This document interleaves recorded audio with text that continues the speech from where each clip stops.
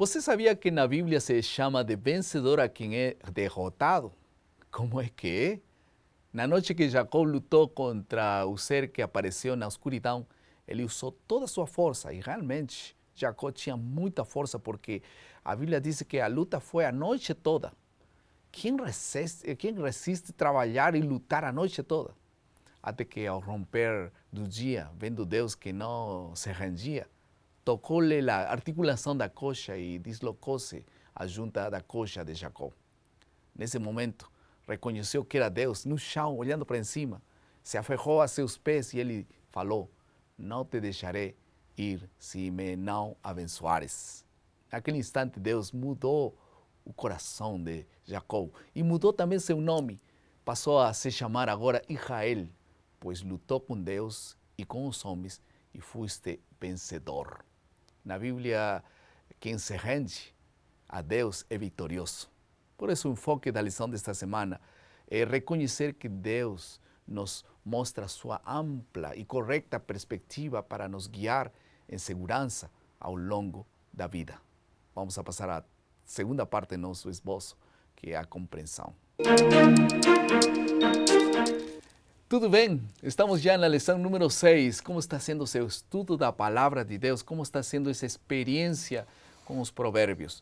Acho que Deus está dando muitas bênçãos. Vamos abrir nossos ouvidos, estar atentos à Palavra de Deus. Vamos estudar agora a lição número 6, que tem como título: o que você vai receber não é o que está vendo. Um título sugestivo. Para comentar essa lição, está mais uma vez conosco o pastor Edson Nunes, que é professor de teologia da Universidade UNASP aqui em Engenheiro Coelho, em São Paulo. Bem-vindo. Obrigado, pastor. Vamos a orar para que Deus nos guie nesse estudo, por favor. Eterno nosso Pai, agora que vamos abrir mais uma vez a Tua Palavra, esteja conosco, com aqueles que nos assistem também, e que possamos, ao ler, ao estudar, que possamos ouvir a Tua voz falando a nós, e que possamos, Senhor, não somente ouvir, mas praticar as Tuas palavras. Te pedimos isso em nome de Cristo Jesus, a sabedoria de Deus. Amém. Amém.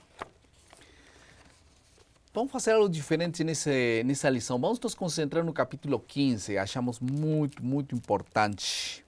O capítulo 15 está cheio de lições especiais para cada um de nós. E vamos fazer uma pergunta. Qual é o sentido da expressão os olhos do Senhor estão em todo lugar? Está Deus vigiando? Está querendo controlar tudo?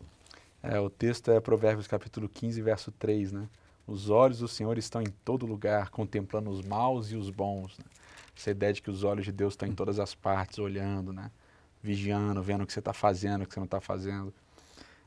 As pessoas têm medo desse tipo de coisa, né? E só para deixar as pessoas com mais medo, assim, pastor, e a gente construir, a Zacarias capítulo 3, Zacarias capítulo 4, trabalham visões que o profeta Zacarias teve, e numa dessas visões ele fala de uma pedra lavrada onde estão 7 olhos. E a expressão é 7 pares de olhos. Então a gente imagina Deus olhando sobre maus e bons, né? A gente pensa em 2 olhos, mas o texto de Zacarias 3 e 4 fala de 7 pares de olhos. Então são 14 olhos olhando a gente por aí. Não é como em perspectivas diferentes, inclusive. Então, a ideia aqui, obviamente, ela é muito simples. Mesmo quando a gente trabalha o capítulo 3 e o capítulo 4 de Zacarias, são capítulos que estão falando de juízo e salvação.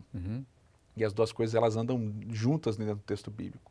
Então o capítulo 3 de Zacarias, ele fala de uma cena de um juízo, de um julgamento, em que está diante de Deus o sumo sacerdote Josué. E ele está sendo acusado por um acusador, pelo inimigo, está sendo acusado ali. E as roupas do sumo sacerdote Josué, elas realmente estão sujas. E o texto é até forte, que fala que as roupas do sumo sacerdote Josué estão sujas de excrementos humanos. Uau. É a palavra de soim, é uma cena grotesca. E no meio dessas acusações, e o que o texto parece indicar é que as acusações procedem, porque ele está sujo, né? Simplesmente da frente do tribunal, Deus diz: fica quieto, acusador. Esse é um tição que eu tirei do fogo. Esse é meu filho. Podem trocar as vestes dele. Ele ordena que os anjos troquem as vestes do sumo sacerdote Josué. E aí depois ele fala nessa mudança de enfoque, né, de um juízo para essa salvação daquele que está sendo julgado. Aí ele vai falar dessa pedra lavrada onde estão 7 olhos, que vai vir tirar a iniquidade da terra em um só dia. Ou seja, a ideia é, esses 7 olhos, eles percorrem toda a terra para trazer juízo, mas principalmente para salvar aqueles que estão justa ou injustamente sendo acusados, mas que estão sob a graça de Cristo. Por isso, talvez Salmo 33, 18 diz que é importante que seus olhos, que estão sempre sobre os que o temem, né? Sim. E não é um assunto aí de que está sobre todo mundo, especialmente sobre aqueles que temem. Olhos, um símbolo mais ou menos de proteção também, né? De presença, né? De se presença. fazer para ele, estar se fazendo presente ao lado daqueles que o servem, daqueles que os amam. E eu gosto sempre, esse texto aqui me faz lembrar muito de outro livro de Salomão, que é Eclesiastes, e a gente já leu uma parte desse último capítulo, capítulo 12 de Eclesiastes, que lá vai dizer o seguinte, depois do verso 13, que é muito famoso, né? De tudo que você tem ouvido, assuma teme a Deus e guarde seus mandamentos, porque isso é todo o homem. Vem o verso 14, porque Deus há de trazer juízo a todas as obras, até as que estão escondidas, quer sejam boas, quer sejam más. Ou seja, aqueles que estão sob a proteção de Deus, sob o cuidado de Deus, que Deus está se fazendo presente com o olhar, é porque eles estão caminhando junto com Deus. Ou seja, o juízo que vai vir sobre essas obras é um juízo de salvação, de mudança, de recompensa. E aqueles que não caminham com Deus, os olhos de Deus também vão estar sobre ele, mas para trazer justiça, condenação. Então, veja, a ideia dos olhos de Deus, de estar sobre bons e maus, é que Deus está presente em todos os lugares. Que Deus está olhando tudo que é feito para trazer justiça. Amém. E a justiça, ela se porta de 2 maneiras, né, pastor? A justiça é recompensa aos fiéis e punição aos infiéis. Exatamente. E Ismael, sua mãe, não sei se lembra, nossos amigos aí, eles estavam sofrendo muito quando saíram da casa de Abraão, né? E eles sofriam tanto e a Bíblia diz que Deus disse, eu estou vendo, né? Estou escutando. Parece que os olhos, se alguém sofre, ele vê. Quando alguém é perseguido, ele está vendo. Quando alguém é oprimido, ele está observando. E a presença, né? E eu sempre penso que quando uma criatura está pequenininha, ele parece que está distraído, mas de quando em quando ele quer que o seu pai esteja de seu lado, está olhando para mim. Eu me lembro quando eu era criança e eu tinha medo da escuridão e uma noite caiu a luz e eu comecei a dormir e quando acordei eu não sabia se meu pai estava aí. Então eu perguntei, pai, você está aí? Sim. E sua face está de lado, está me dando as costas ou está olhando para mim? Estou olhando para você. Meus olhos estão em frente de você. Isso me deu segurança, eu dormi tranquilo aquela noite. Mas acho que Deus tem seus olhos em cima de todos os que o temem e também os que sofrem. E os ímpios também para salvá-los, né? Creio que o juízo é sinônimo também de salvação, não é só de punir pessoas, né? Com certeza, pastor, com certeza. Agora, vamos ver um pouco mais sobre esse capítulo 15, versículo 3. A livre escolha, a soberania de Deus está em contradição, porque Provérbios 16:1 diz que o coração do homem pode fazer planos, mas a resposta certa vem de Deus. O capítulo 16, ele traz uma série de versos que vão reforçar as mesmas ideias, né? Então, o coração do homem pode fazer, que foi o verso 1 que se olhou, capítulo 16, o coração do homem pode fazer planos, mas a resposta certa vem dos lábios do Senhor. O verso 2, todos os caminhos do homem são puros aos seus olhos, mas o Senhor pesa o espírito. O verso 3, confia ao Senhor as tuas obras, os teus desígnios serão estabelecidos. O verso 6, pela misericórdia e pela verdade se expia a culpa, e pelo temor do Senhor os homens evitam o mal. Depois o verso 9, o coração do homem traça o seu caminho, mas o Senhor lhe dirige os passos. E por fim, a gente podia citar aqui vários esse é o tema do capítulo 16, né? Até o último verso diz, a sorte se lança no regaço, mas do Senhor procede toda a decisão. E aqui basicamente o conceito que é trabalhado é o conceito de soberania. Deus é o soberano da história. Deus guia todas as coisas. Os planos de Deus, eles vão acontecer. A gente tem aqui uma discussão, que é uma discussão, vamos dizer assim, milenar, né? E a gente não vai resolver em 2, 3 minutos de programa, mas é a discussão do livre-arbítrio e da onisciência de Deus. Mas a questão é, a gente pode tomar decisões, e nós tomamos decisões, nós fazemos escolhas, né? Mas aquele que segue ao Senhor, não é que ele não toma as próprias decisões, mas é que ele toma as decisões com Deus. Então Deus está dirigindo os passos dele. Então aqui não se trata de você perder seu livre-arbítrio, né? Que é até uma palavra ruim de ser usada, né? A ideia é livre escolha, mas a nossa livre escolha é escolher seguir os passos de Deus. Isso que quer dizer que um homem de Deus, por exemplo, que está em contato com Deus, é um homem crente, dedicado a Deus, ele faz um plano, mas deixa Deus finalmente tomar a decisão final, isso mesmo? Eu acho que, na verdade, ele segue os planos de Deus. Eu gosto de fazer a comparação com o Êxodo, né, que é muito interessante. Israel serviu o faraó. Sim. E Deus fala, Moisés, você vai lá dizer para o faraó que vocês vão sair do Egito para me servirem. Então, o que acontece quando nós aceitamos a Deus e lemos a sua palavra é uma troca de serviço. Então, eu deixo de servir a mim mesmo, eu deixo de servir ao mundo, ao inimigo, ao faraó, aos faraós, né, da vida, e eu passo a servir a Deus. Então, os meus planos vão ser os planos de Deus quando eu deixar que Ele faça os meus planos. Quando eu me colocar debaixo da asa dele e permitir que Ele seja soberano na minha vida e aceitar os desígnios dele. Então, aí não se trata de uma discussão de livre escolha, livre-arbítrio, etc., e Deus intervindo, mas se trata de eu permitir que Ele dirija a minha vida em todos os momentos. Então, eu posso até traçar planos, mas é Ele que está dirigindo. Claro, porque eu conheço minhas limitações, sei que se eu decido, não vai me mal, né, em todas as coisas. Vamos a passar à terceira parte do nosso esboço, que é a aplicação. Reflita sobre a importância de reconhecer nossa extrema limitação. Como seres humanos, todos somos limitados. Por isso, Salmo 39:4 diz: dá-me a conhecer, Senhor, o meu fim e qual é a soma dos meus dias para que eu reconheça a minha fragilidade. Pense nisso.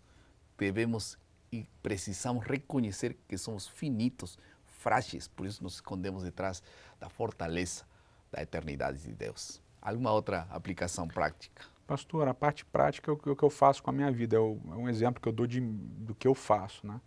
Eu tenho minhas vontades também, sempre tive minhas vontades e assim por diante, e quando eu oro, eu sempre falo, Senhor, eu gosto disso, eu quero isso, o meu sonho é esse. Mas se o Senhor não quiser que meu sonho aconteça, não permita que ele aconteça, faça o teu sonho. Então, eu sempre coloco diante de Deus o que eu quero, mas eu sempre deixo aberta, na verdade não é sempre deixo aberto, mas eu sempre deixo muito claro que é Ele que dirige esses meus sonhos. Amém. Vamos ouvir então um comentário breve do Dr. Jacques Ducan. Esse pensamento de banalização do mal tem sido levantado através da observação de Hannah Arendt. Hannah Arendt, ela era uma filósofa e jornalista que foi solicitada a fazer um relato sobre o julgamento de Eichmann, em Jerusalém. Então, ela se assentou e começou a observar esse monstro, Eichmann. Ela descobriu que ele era muito comum, uma pessoa como qualquer outra. E ela ficou chocada por essa conexão de banalidade do mal. Ele era um monstro, personificado como mal, mas era, na verdade, uma pessoa banal, comum. Então, essa ideia de banalidade do mal é uma ideia que ela desenvolveu e que eu penso ser importante. Tem uma importante verdade nela. Quando pensamos que o mal não é algo tão extraordinário, e assim, nós muitas vezes criamos algo romantizado ou sensacionalista sobre o mal. Mas o mal, em sua essência, é algo comum, medíocre e banal. Nós precisamos aprender essa banalidade, porque o mal se torna banal para nós. Torna-se banal e comum porque nós estamos ficando acostumados com ele. Então, se torna parte da nossa vida e morte. Os crimes se tornam banais. Então nós matamos, algumas pessoas matam, e na primeira vez talvez foi difícil. Na segunda, menos difícil. E então depois se torna algo banal, porque nós nos acostumamos com isso. Tornar o mal algo banal é um problema, porque o mal, apesar de ter essa forma banal e comum, ele precisa ser reconhecido como mal. Precisamos aprender a ser sensíveis quanto a isto. Precisamos perceber que o mal é mal. Precisamos nos educar, desenvolver essa sensibilidade e crescer com essa consciência do que é mal realmente. Identificar o que é mal e fugir dele, odiar e abominar o mal. Isso é o que tenho a dizer sobre a banalidade do mal. O poder da escolha Deus o deu ao homem e a ele lhe compete exercê-lo. Não podemos mudar nosso coração, não podemos por nós mesmos consagrar Deus às nossas afeições, mas podemos escolher servi-lo, podemos dar-lhe nossa vontade. Ele então operará em nós o querer e o efetuar, o fazer a sua boa vontade. Por isso é tão importante que esse encontro com Deus aconteça todos os dias, cada um na primeira hora de cada dia, ali que é que se ganham ou se vencem as principais batalhas da vida. Te convido a confirmar, tomar a decisão de buscar a Deus na primeira hora de cada dia para conceder-lhe o teu coração. Vamos orar. Querido Pai, precisamos tanto de que o Senhor guie nossas vidas a cada dia. Permita que nunca, jamais demos um passo sem que o Senhor dê o primeiro passo no nosso coração. Abençoa, Senhor, nossas decisões de cada dia, estudar Tua Palavra, buscar-te em primeiro lugar. Em nome de Jesus. Amém.